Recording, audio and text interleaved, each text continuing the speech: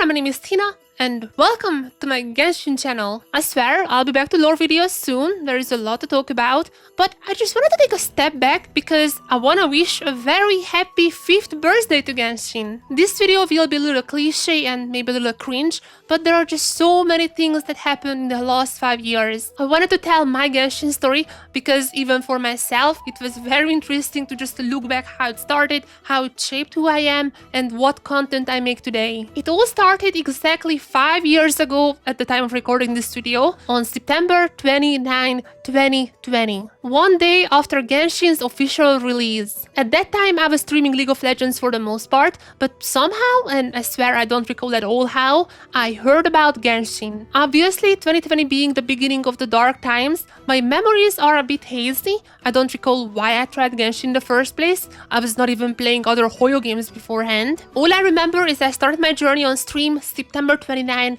on my old PS4. However, that's actually not the account I play on now anymore. Since if you remember how it worked back then, on the PlayStation, the account was tied to your PSN account, and I started it on my European PSN account. I leveled my account to AR16, unlocking co-op mode, only to realize that, first of all, there are different servers, which was not obvious on the PlayStation. And even worse, there is no crossplay between servers, nor cross-save with other platforms on the PlayStation. You guys have no idea how good you have these days. But eventually, after a few months, I abandoned this account, and I created a new one on my PC on the Asia server, where basically all my friends were, and that is what is still my main account. For the rest of the year, I enjoy my time in Mostat and Lia, and then, for next year, I don't even want to say anything. 2021, I don't know. I just want the boring year. Yeah, about that. For personal reasons, 2021 was even worse for me than 2020. And I said, I know it's very cliche, I know it's very cringe, but without Genshin,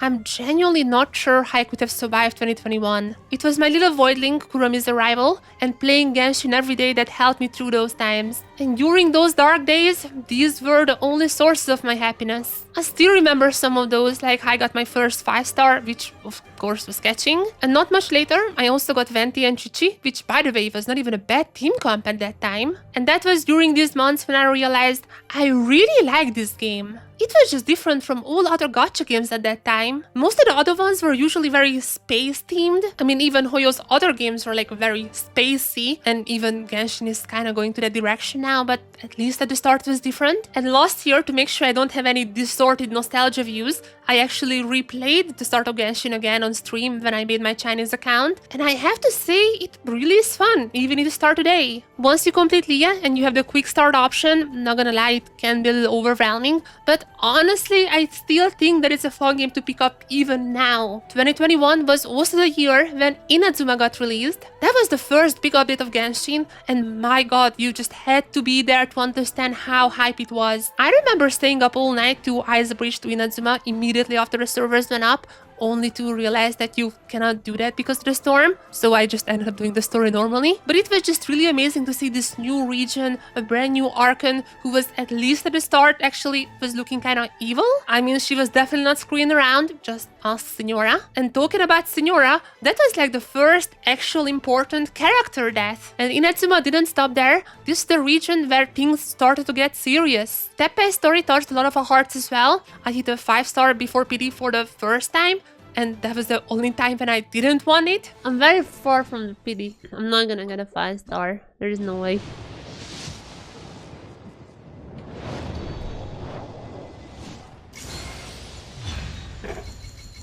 And to keep the trauma going, in 2.4 we also got Enkonomiya. Lore-wise, we got the book Before Sun and Moon, and also the Sun Children, who showed us that Genshin really hates orphans. We are already in 2022, and as time went on, the world started to become normal again. In autumn, we got our next big patch with Sumeru. We got a brand new element with Dendro that reshaped the game mechanics and the reactions. We met Naida, who was like the first Archon who actually gave us lore in her answers. We learned about the Descenders and Irminsul. We heard heard Nicole for the first time, and we also got even more confirmation of the false sky, which otherwise would only be known from like a 1.1 limited time event. We also got our first user-generated mode with the teapot that, looking back, kinda was the precursor to the soon-to-be-released UGC mode. And of course, we got the Aranara questline as well. I know it's pretty controversial, but at that time, I genuinely thought Aranara was the best questline, despite its length. We also got to meet the best NPC even up until this day, Jet. And we got to explore the desert area without the different levels shown on the map. I know I sound like an old person, but all the newcomers really have no idea how good they have it now. I had to do all the pyramid exploration without a map showing me the pyramid layouts. There came the end of 2023, and eventually we got to Fountain, which is still probably my favorite region. The Archon quest was exceptional with so much lore. We learned even more about the Descenders, about Tivet's secret, and it also gave us, in my opinion, the best world quest so far, the nod-krai quest line. Overall, Genshin got really brutal with Fountain, and it started to feel like an actually mature game at this point. 2023 was also the year when I started uploading on this channel Genshin stuff. That's kinda how my Genshin content creator arc started, even though at the start it was mostly just stream highlights. But from that point on, I had a lot of videos out of my journey, and maybe some of you were with me ever since then. I was really into Fountain, but with summer coming along, we started to get information about the new region, Natlan. I made so many videos about that, even when I was on holiday. I just kept pushing out videos over every small nugget that we got. I also uploaded the translation of the first big KFC collab, which kind of skyrocketed my channel, and because of that I started doing more IRL stuff, for example unboxing every single collab item from that KFC collab. And there came 2024, which was a bit of a roller coaster in terms of videos for me. Like sometimes I was just pumping out videos, but then I took a little bit of a break. Like, not gonna lie, Natlan got a tiny bit boring for me, but also to be fair, towards the end I came back big time. I caught up with everything, and I think Natlan is the only region so far, I mean besides nod-krai, that I just 100%ed every single region in it. And from that point on, I just started doing more and more effort to my videos. So all that basically leads us into today. I never stopped since then, and now to my best of my abilities, I try to stay consistent with both IRL stuff when I'm on holiday, unboxing collab items, or keeping up with my annual KFC Genshin content. And I even started going to events for Genshin specifically. Now we are in nod-krai, 5 years after the game launched. And I'm gonna be very cliche and very cheesy, but I feel like this game is just a huge part of me at this point. It was so nice to just talk about my 5-year journey, which is 5 years, that's, oh my god, that's a lot. I try to make lore videos at least once or twice a week. I always stream the biggest Archon quests on both my Twitch and here on YouTube as well. And I try to cover everything Genshin related that's been happening. Right now, just like everyone else, I'm waiting for Fleens, I'm waiting for Luna 2, I'm waiting for the UGC mode to come out, and I'm waiting for every single little detail we get alongside that. And now there is only one single thing left: tracing the heart's journey. From what I heard, this is like a recap, like kind of like a rewind, Genshin rewind, and I'm genuinely very curious about what I get here. Oh my god, we can leave a chat! Happy... I'm gonna be very boring. Happy birthday. There you go. Oh, we got rewards for that. Okay, nice. So actually it was December 20 when I made this account, but I told you guys I actually started playing Genshin a bit earlier, literally one day after release. It has been 1740 days since the two of you met. Jesus Christ, I logged in almost every single day. I missed like maybe like 2 or 3 months in total. That is crazy. 1188 achievements. You've already outpaced 99%. Oh my god. Of all these places you've been, your stats are returned most often to the teleport waypoint of Mondstadt. Most of the time I still claim my stuff in Mondstadt. It just feels like home, so just leave what the comment says there. Okay, this guy, I'm gonna like this comment. Can I? Okay, I like this comment about Mondstadt and got 30 primals. The 49,530 primal gems you have earned from your daily commissions now shine a badge of your time well spent. Okay, am I crazy or that's not even that much? I mean, there are whales who are buying this much in like one patch. January 25th, the first brilliant ray of golden light broke the sky, hurting Jean. Wait, Jean was my first... Wait a second. I did say a few minutes ago that it was Catching who was my first 5-star. I completely forgot about her. I mean, my Jin is like Steve 4 or something. I never used her, but like, really? Even I remember that. And guess what? There are still 13 million travelers with the Shao Lanterns. I still have mine. I have a lot of them. I don't want to use them up. Keeping them for like special occasions when I get married or something. TGA. Oh yeah.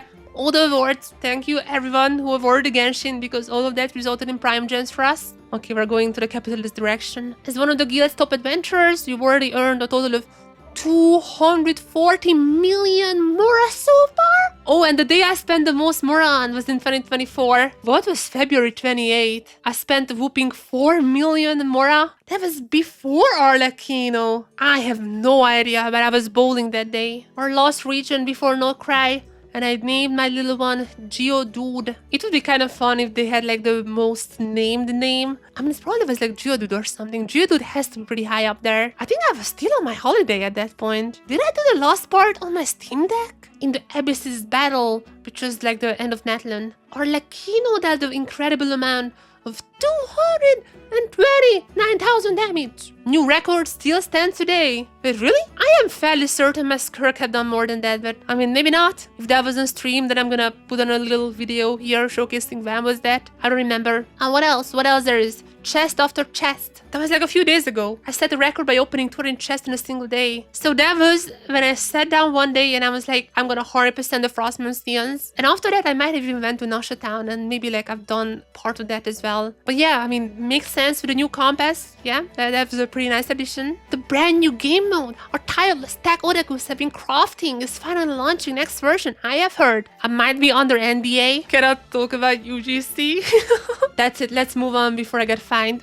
Oh, Gamescom? Gamescom? Any Gamescom? By the way, I got like a bunch of primos, but I don't care about that. At Gamescom, there was like a massive Hoyo gathering. I don't think it's part of this collage from what I can tell, but I might as well have been. Night Owl? Yep, I'm a Night Owl, surely. Wait, for like majority of the times I'm playing at night. I'm literally night right now. These 5 years were genuinely just magical with so many memories. Still visiting Timmy's birds every now and then. Still Bennett being one of the best supports in the game. Still taking pictures in Dragon's Spine, climbing up a celestial nail. Still beating a child in Leah. Still visiting Miko, especially these days thanks to the anecdotes. I still remember Rue and his heartbreaking story. And sometimes I even go back to the pyramids now that we have the layered maps. I still like swimming in Fountain with its beautiful underwater levels. And I'm still wondering when the vast space under Fountain would be populated with life. I'm still using Natlan's brand new mechanics, the Knight's Soul, the exploration skills, and of course Chitlali now being one of the best shielders in the game. And currently I am learning everything about the lunar reactions. So I have not much else to say other than just thanking Hoyoverse and Genshin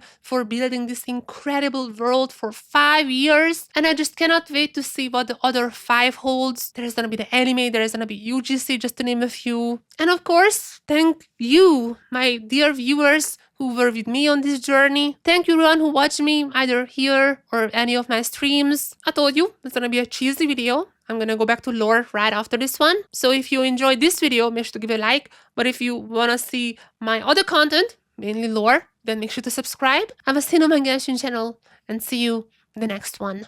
Bye bye!